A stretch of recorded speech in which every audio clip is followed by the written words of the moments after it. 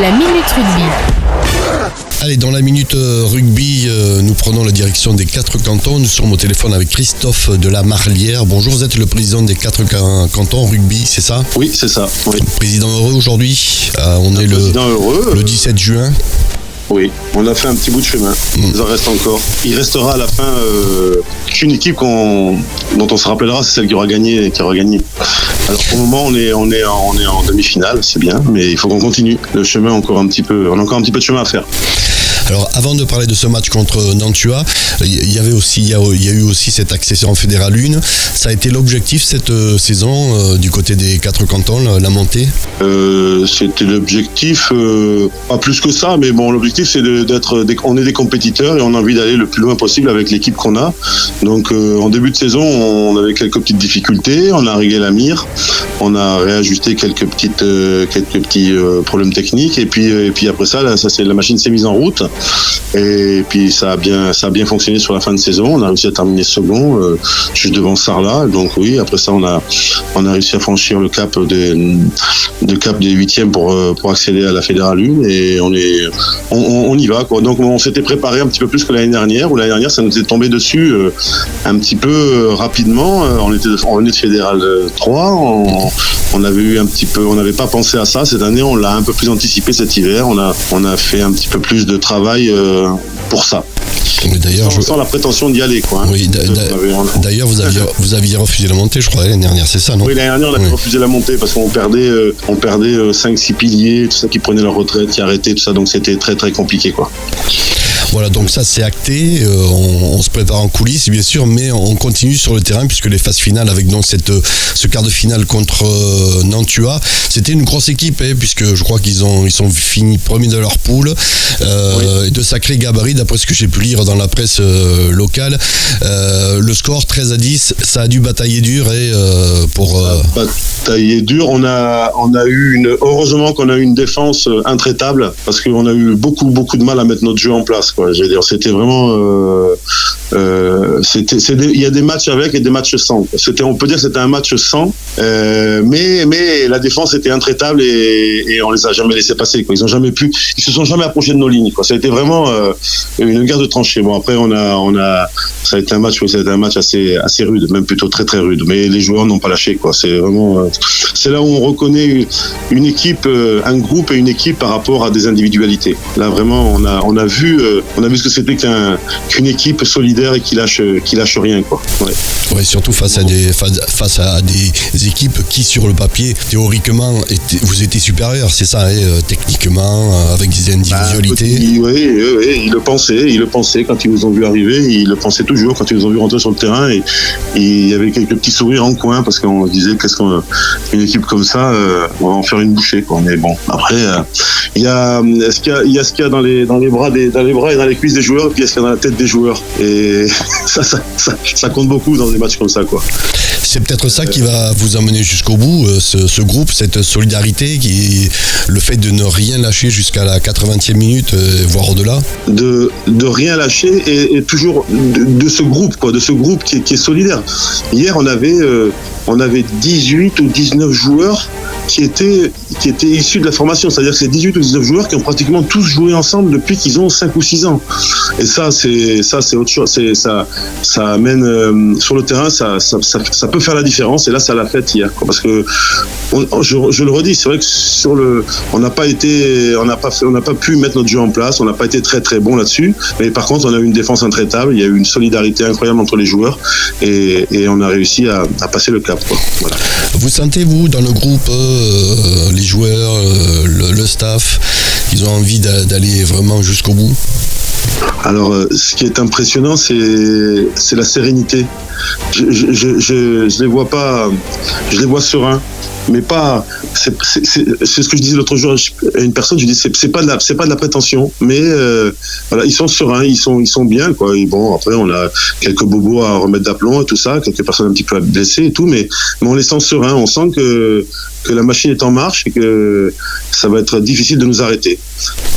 Voilà. Mais bon, peut-être que ça va arriver, mais j'espère que non. J'espère qu'on va aller au bout. Je le souhaite de tout cœur.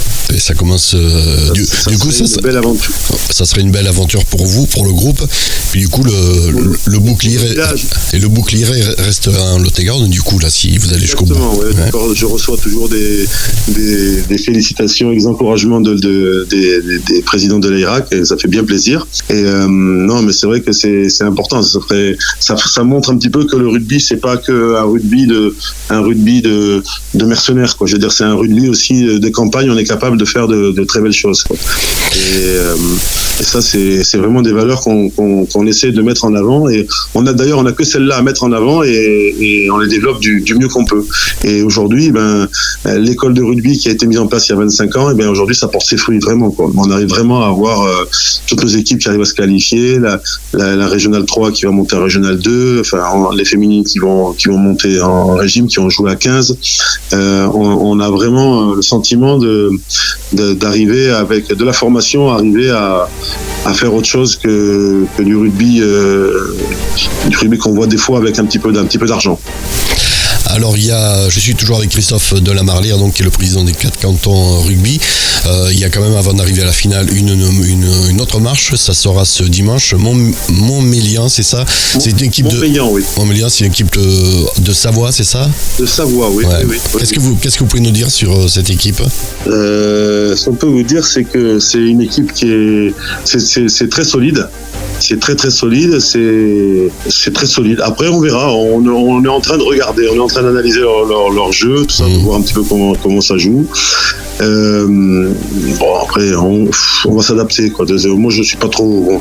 Enfin, je suis pas inquiet. Je dis, c'est pas vrai de dire, c'est pas bien de dire ça, parce qu'en fait, 2 heures avant le match, j'ai l'estomac qui fait des nœuds, mais non, on va y aller, quoi. On va y aller comme on l'a toujours fait depuis le début, et puis voilà, on va analyser du mieux qu'on peut, on va s'entraîner du mieux qu'on peut cette semaine. On a quelques bobos, encore une fois, qu'il faut qu'on arrive à résoudre, et on n'a pas pris le carton rouge, donc voilà, on est à peu près serein, quoi. C'est des équipes on va voir comment ils sont, mais c'est des équipes qu'on sait à peu près manipuler, quoi. Bon, après, on arrive dans des phases où des fois c'est un petit peu un rugby vraiment très très rude, et nous on a quand même une équipe qui a une moyenne d'âge de 23-24 ans, et ça c'est peut-être un petit peu plus compliqué, mais bon, on a des jeunes qui sont bien aguerris, et ils se laissent plus trop faire, quoi. Donc, alors, et on y va sereinement. Montmélian, qui a battu Sarlat 38-28. Alors par contre, c'est dans les prolongations, ce qui veut dire qu'ils en ont un peu plus dans les pattes que vous. Du coup, peut-être que ça peut jouer sur la demi-finale. Dans les pattes. Et puis à Sarlat, Sarlat n'a pas eu de chance, parce que Sarlat a perdu son meilleur joueur au bout de 20 minutes, et qui a pris un rouge, et donc Sarlat a joué à 14 pendant 100 minutes, quoi. Ils ont perdu à la fin. Donc bon, voilà, après, ça veut dire que c'est à notre portée.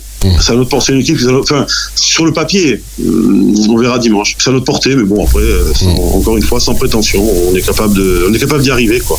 On va pas se faire de nœuds au cerveau, on va faire comme on fait d'habitude.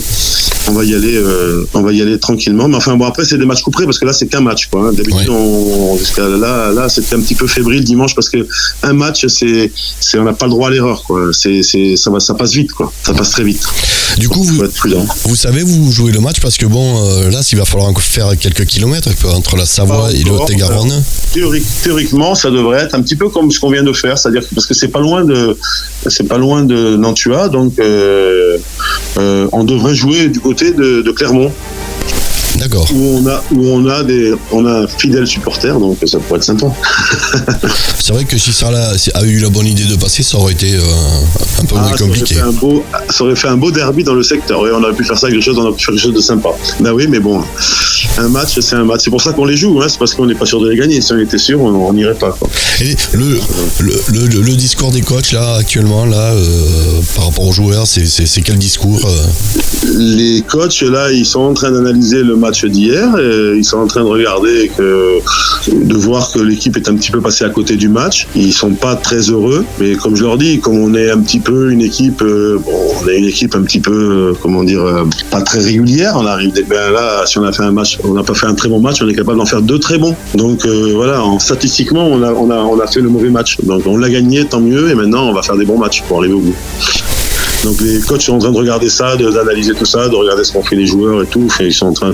Maintenant avec les VO et tout ça, on a vraiment une analyse assez fine de ce que font tous les joueurs sur le terrain et tout. Donc on a vraiment Lionel Girardi qui coach tout ça et qui est vraiment très très impliqué et qui prend ça à cœur comme j'ai rarement vu. Voilà, on est une équipe on est toute une équipe de bénévoles avec des joueurs d'amateurs, mais je pense qu'on a un coach qui a un niveau relativement élevé pour les équipes d'amateurs. Donc ça encourage les joueurs et ça fait du bien à tout le monde. C'est vraiment plaisant d'avoir quelqu'un qui est capable d'analyser le rugby comme il l'analyse c'est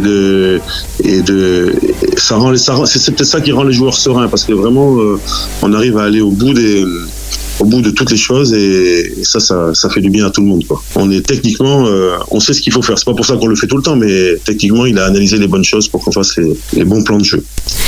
Vous le serez quand, du coup, parce qu'on est lundi écoutez, rapidement, non? Ça c'est une bonne question.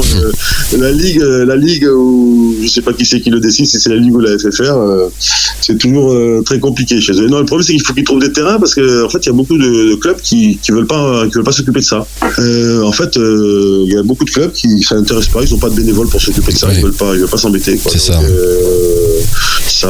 ça. On pourrait aller jouer à Clermont-Ferrand, on pourrait jouer à Riom. Voilà, on pourrait jouer dans ce secteur-là, ça serait au milieu, mais si on trouve, je sais pas, c'est à eux de décider. Nous, nous là, on subit tout ça, quoi.